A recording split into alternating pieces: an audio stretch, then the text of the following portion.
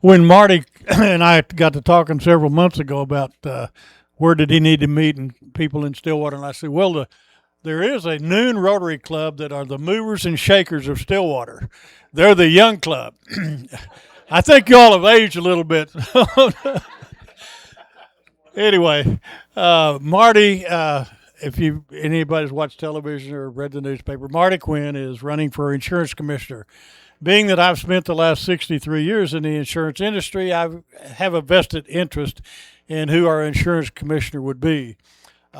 Marty has over actually 40 years of experience. He's been an agent, he's been a manager, he's been a supervisor, and he's owned his own agency. He's also been in the legislature for about 8 years.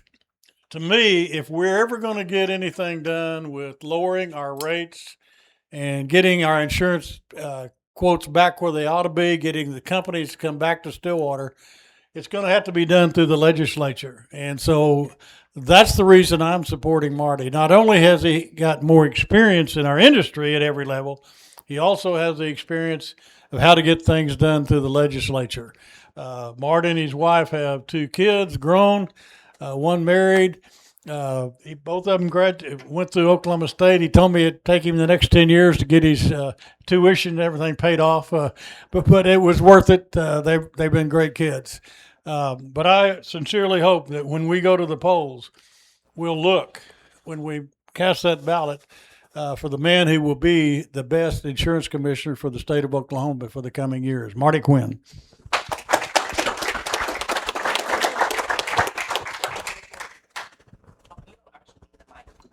Oh, that's right. I thought that was a baton. Ken, thank you very much. Good to be here. And good to see a couple of old friends from the shelter insurance world that we spent 39 years or so. Also, a couple of legislators that we served some time with, still going through counseling to recover from that. No, just kidding. Lee was, I was on the other side, I think, Trish, when you came in. I think I spent 4 years in the House and then 8 years in the Senate, but we had 4 good years in the House with Lee and a number of others. Corey Williams, I think, is another representative that y'all had here, big OSU guy. And we were fortunate enough to, I want to talk in generalities because most of the Rotary clubs that I go to, they don't want to be too political. I understand that, and I want to be respectful of that.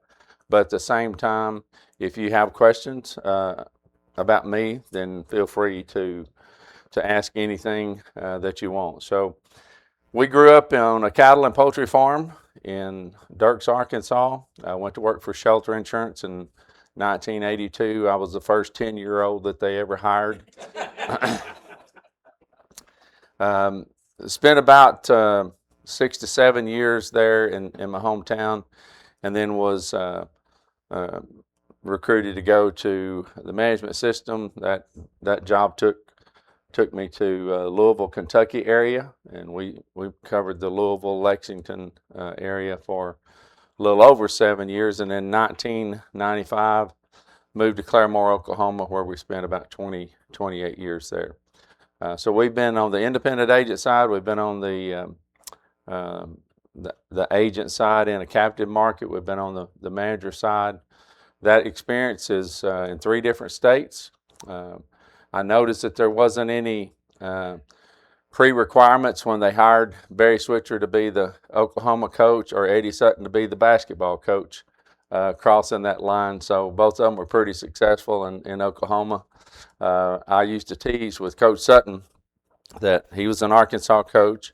So we left to go to Kentucky, and then just a short time later, I wound up going to Kentucky as well. And a little while later, he winds up going to Oklahoma State. And so I told him one night, I said, listen, I followed you from Arkansas to Kentucky to Oklahoma. The next time you get ready to move, I deserve a phone call. And so anyway, I always thought well of Coach Sutton and Barry Switzer being from Crossett, Arkansas. There was the bootlegger boy was always a fond person as well. So The industry experience that we have is twice as much as anybody else that's in the race. The legislative experience that we have is important for this reason. At this point in time, if I had been here 17 months ago, I'd have been telling you how important that the balance of our industry needs to be. There has to be a balance for consumers, there has to be a balance for corporations, and there has to be a balance in that legal sector. All three of them have to have a balanced approach, or somebody has to start picking up the tab. And the last person to always pick up that tab is the consumer. So that's what I'm fighting for. I'm fighting for it even harder now because of there's things happening in our industry due to losses. Blame it on whatever you want to. We are not treating the consumer to the way that we should. Now, when I say we, there are companies that are doing that. There are also companies that are going above and beyond and trying to make sure that the contractual obligation that they had with you when you paid the premium, they still owe you that. And some companies are following that. There are other companies that there may be evidence that that's not happening, but it's not anything that we can't fix. And one of the first things that we found out in making the circles to all four corners of the state multiple times, and I could bore you to death with the travels that we've made and how long it's been, how many hours. I drive a vehicle that's got almost 360,000 miles. And you might ask why. Because it's the cheapest way to travel. It takes money to do that. But I said that affordability is an issue. We're to the point that there's too many people that can't afford the product. But it wouldn't make any difference if the price was half of what it is now, if people are not fulfilling their promise and their obligation. So as a commissioner, one of the first things that you have to do, you have to make sure that those companies are financially stable. So if they take your premium, they're managing that properly to where that when you have your problems, that they can take care of that. But the other side of it is the conduct of that company. There is inside the Department of Insurance a consumer customer assistance program. Last year there was about 15,000 calls that came into that. And what we've got to change about that, when we started our travels, we found out that people were concerned about the price, but they were telling story after story after story that this is what happened to me. And I'd ask them the question, would you call the Department of Insurance? No, I didn't know I could. That should never happen. We got about 130 something employees in that department in Oklahoma City and Tulsa. There is no reason in this day and time, with the kind of technology that we have, that the average citizen of Oklahoma does not know that if they have an insurance issue, that they can't call the Department of Insurance. And we've got to do a better job of that. Now, how we do that, we're going to make an assessment on do we have the right kind of technology. If we have the right kind of technology, I'm not a technology at all cost person. You know why? The insurance business is a service industry. You have to have a servant's heart to be able to deal with the little lady that you go to church with. You have to have a servant's heart if you're going to be a good legislator. You have to be have a servant's heart if you're going to be a good teacher. I don't want that to be any difference at the Department of Insurance. So when the phone rings, I want that friendly voice answering. When they go through the process of getting things recorded, I want there to be a person there that has a servant's heart that says, whatever your issue is, we're going to do our absolute best to solve that. But one of the biggest reasons in the grand scope of things is that I want every one of them recorded for this purpose. If you have a company that falls into the category that their adjusters are not doing their job, causing issues for the consumer, I want to find as many cases as I can because of people calling in. That gives me more evidence to pick up the phone and call and say, Company X, over the last 2 months, over the last 3 months, we've had 100, we've had 90, we've had whatever number you want to plug in. This is what's happened over the last 90 days. We're going to do a market conduct survey on you. I need 500 of your claims from March through June. And you are able to go back and look at those and start seeing, are there any consistencies? Is it the adjuster, or is it the company that decided that, listen, we're going to drag these claims out, or this is how we're going to handle them? What tactics is it that they're using? Now, I don't want this to come across to the consumers or to the people that are in the insurance industry. There's only one industry that at the end of the day, when you lose your house or lose your spouse and things are done properly, there's only one group that's going to bring you a check, and that's the insurance industry. And we've got to fight hard. Consumers have got to fight hard. The legal system has to fight hard, and the corporations have to fight hard for us to get back to where we belong and where the consumer expects and deserves. And that's one of the things. So when my number one issue was affordability, it's still important. But just as importantly, 1A is going to be consumer protection.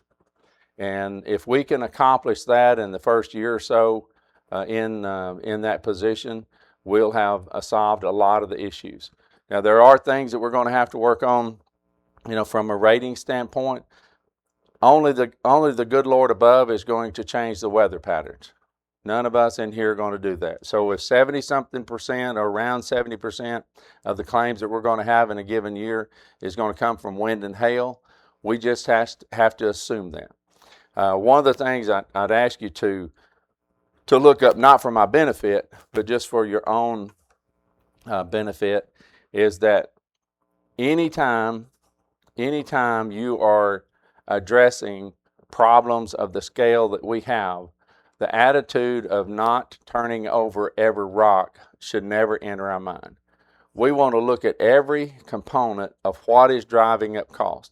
One area may only be driving it up 0.5%, but there may be another area that's driving it up 10% or 20%.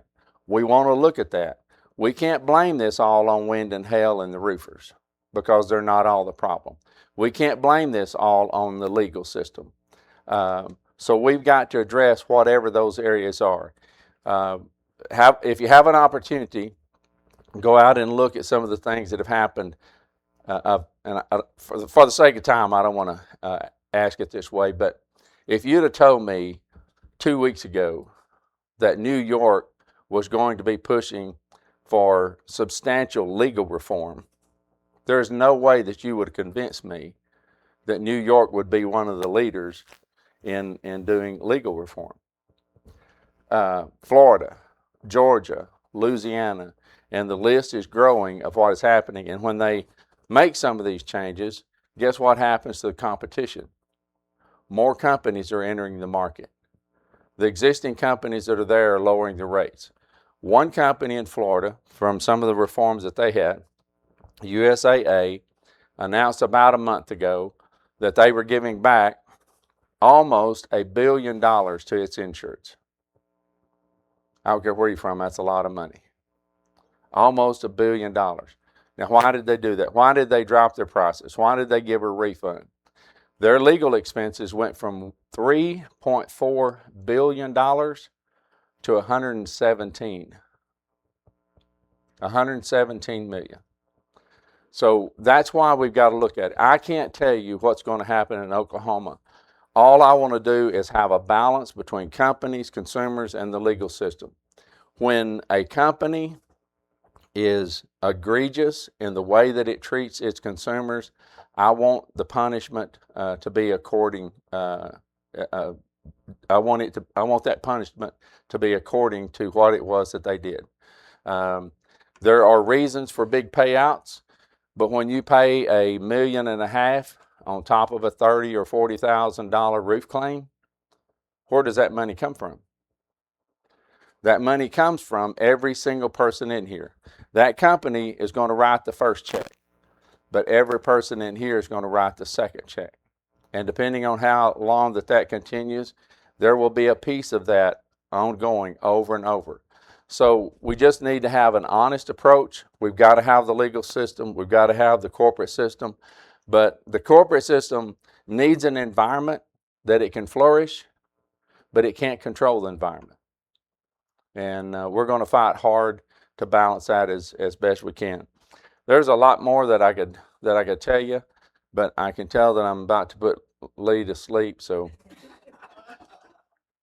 no, just kidding. What? Any questions that you have?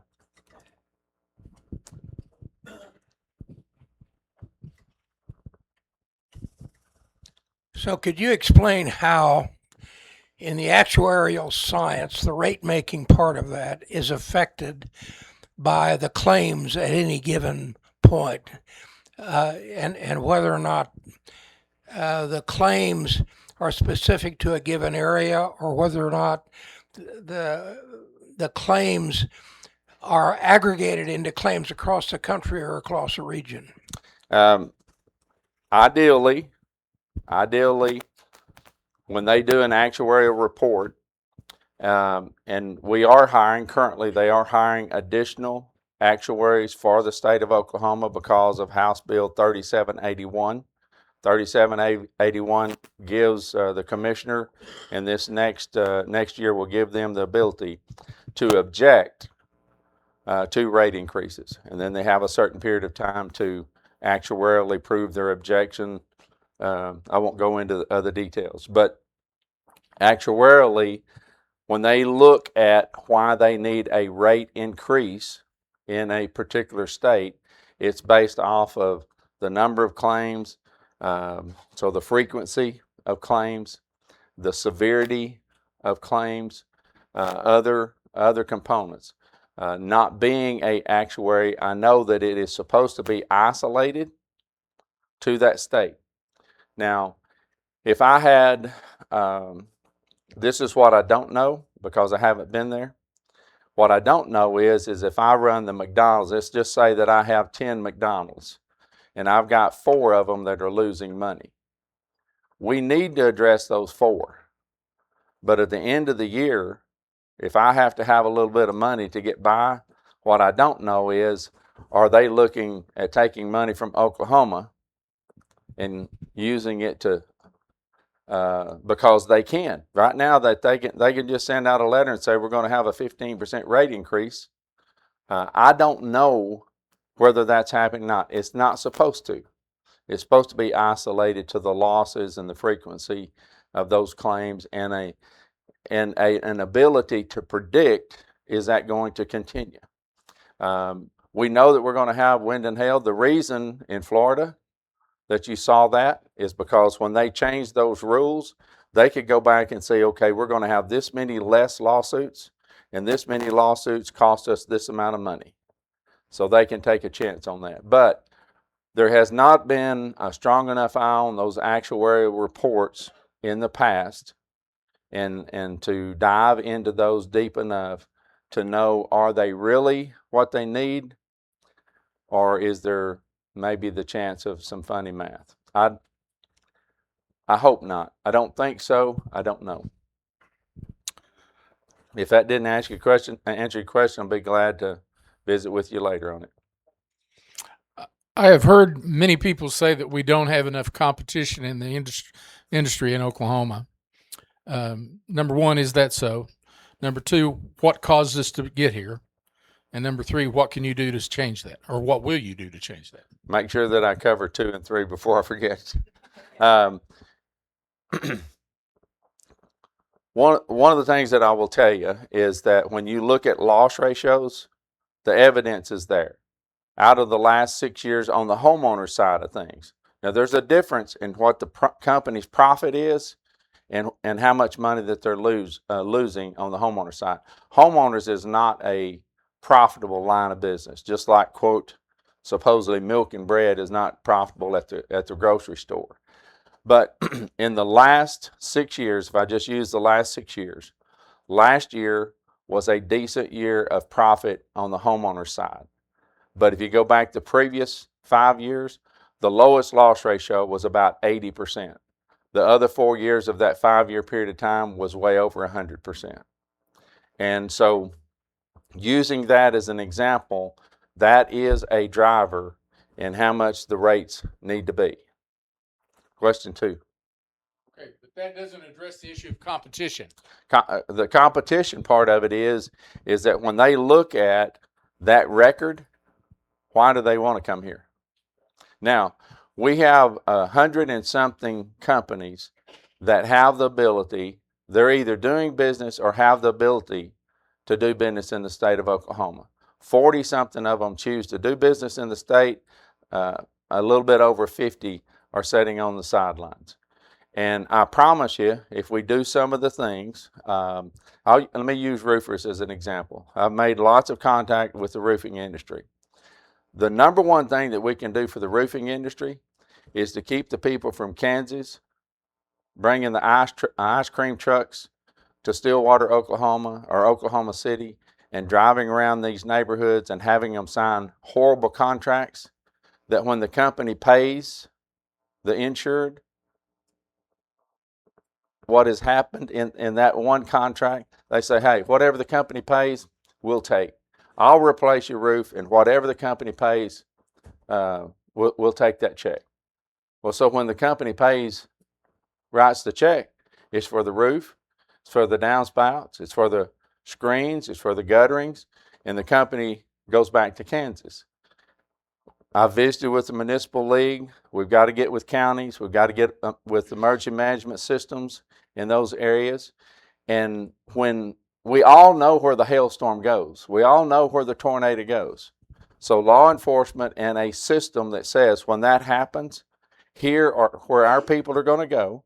And if you don't have a certificate, if you have not registered and qualified and been through a process, it's a $1,500 fine, or whatever that fine needs to be to keep your butt in Kansas. Now, you can make that punishment a lot greater, and I would be supportive of that. So that's just one example of what we've got to do that. Seems like there was one more that. Oh, that's okay. Okay. See me afterwards. A question. There's multiple attorneys in this room. Well, I think they were in this room. Maybe they're not. They have had to, like in the wildfires and other instances where they've had to file lawsuits against a company for breach of contract and insurance bad faith. You're probably aware in Oklahoma we have a common law carve out that allows us to sue an insurance company for bad faith, a specific separate cause of action. There's a lobbyist that I heard for some insurance company or insurance industry or something said they wanted to abolish that right statutorily, where consumers could no longer sue insurance companies specifically under that common law rule, insurance bad faith. I've sued under that before. I've threatened to sue under that before. We had to do it with a couple of times with a few people who were victims of wildfires in our community. How do you feel about that statutorily abolishing the ability of people to sue an insurance company specifically for bad faith? I believe in bad faith. Now, having said that, there's no way that every lawsuit ought to be bad faith. There's people out there that have accused me of saying that all lawsuits are frivolous. I better not say it that way. When we were on the farm, the verbiage would have been, that's a bald-faced lie, because you probably had a couple of Hereford cows out there, but that is not accurate. And I'll tell you why. Whether it's been in the legislature or whether it's been as an agent or a manager, I don't have a perfect record in any sense. Call my wife. I'll give you her number. She will tell you in short order that there are things that I could do better. But my motivation, as having served for 40-something years in the industry, you cannot be successful if you're not interested in your consumers. You cannot be successful in the legislature if you're not interested in the people that you serve. So when we get ready to make the tweaks in the legal system, I'm going to fight as hard as I can for the consumer. But there are areas in that legal system that we've got to change. Why? It may not be the best thing for the legal system, but it may be the best thing for the consumer. If it's a piece of us being able to lower cost, we have to at least have those discussions. And whether I talk to roofers or attorneys or bankers or mortgage companies or realtors, what I have told them, our door is going to be open to have a collaborative effort for us to look at all the things that are affecting what you're having to pull out of your back pocket. We don't want any stone left unturned. I want to see all the things that are happening, and can we change it in a positive manner? Here's an example. You're seeing right now, if I asked you 5 years ago what your deductible was, you'd say, oh, I think it was $2,000. What's your deductible today? It's 2%, maybe 3%. That's a low number, 2%. Until you multiply it times 600 or 700, and then you add some depreciation to that. We have people out here that have not realized how high that their deductible is. And when that time comes, it's going to be difficult on them. So those are things that, how did that affect the banker that made that loan? And how would it affect the consumer if they actually have that claim? But when we have those egregious companies that do things that they shouldn't, I want to support the consumer. But I also don't want to create a cottage industry off of allowing everything that happens to have an incentive for people to sue, because it is a constant pressure of increase of prices. And so we just have to be honest with it. I'll guarantee you I can make, no, I better not say it that way. I'll guarantee you we can make the roofing industry better. We can make the legal system better. We can make the industry of insurance better if we'll be honest and start opening up. And we're going to have collaborative efforts at the highest level of those people that want to participate to make sure that happens. And I'll give you a card. I'll be glad to put your name at the first of the list if you want to be on the. Don't say you're good. If you're smart, if you're good, I want you on that list. So I may have to get somebody else to refer you. So yes, sir. You may have already answered the question that I'm going to ask you, but I've always considered and been told by others, when buying insurance, it's your agent, the company is no better than the agent you're dealing with. But for instance, I have a neighbor that in the past couple of years had lightning strike, burned his house, totaled it. His local agent immediately came out and responded.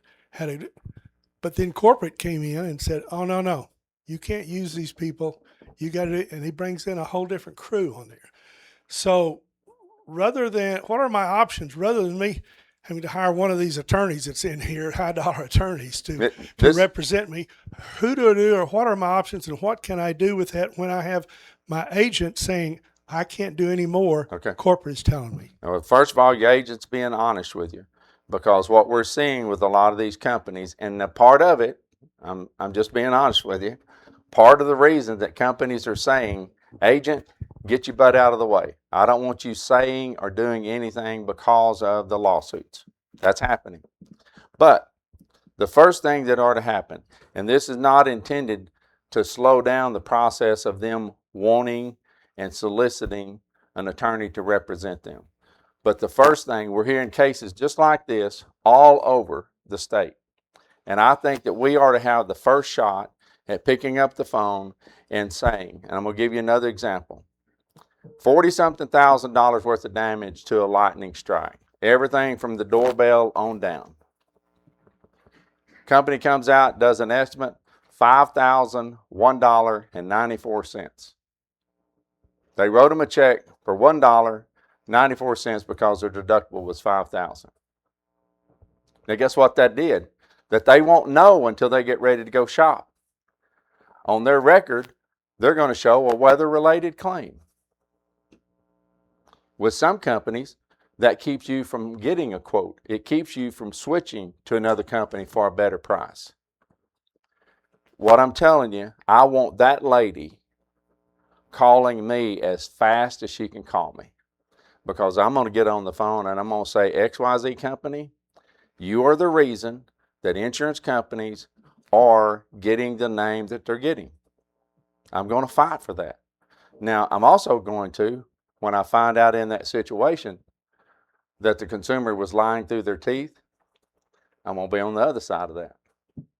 But there's too many cases out there that are legitimate cases that if we truly care what the image of the insurance industry is, then you're going to have a commissioner in there that's going to fight for all sides. It's let me give you workers' comp as an example. I was part of the workers' comp reform that we did. Oklahoma's rates were almost 2.5 times what Arkansas's were. So if you're an employer, you had 50 employees, you go across the border, 50 employees, it was higher in Oklahoma. So we go through that process, that legal process, legal change process, that legislative process. Nobody else in this race has that ability. What's important about that? Because if your premiums went down by 60-something%, that goes back into your business. It doesn't go to the insurance company. It doesn't go to the legal system. It goes back to you. Thank you, Marty. We're at time. So. I wasn't through. Oh, I'm sorry. Sorry. No, you're good. You're good.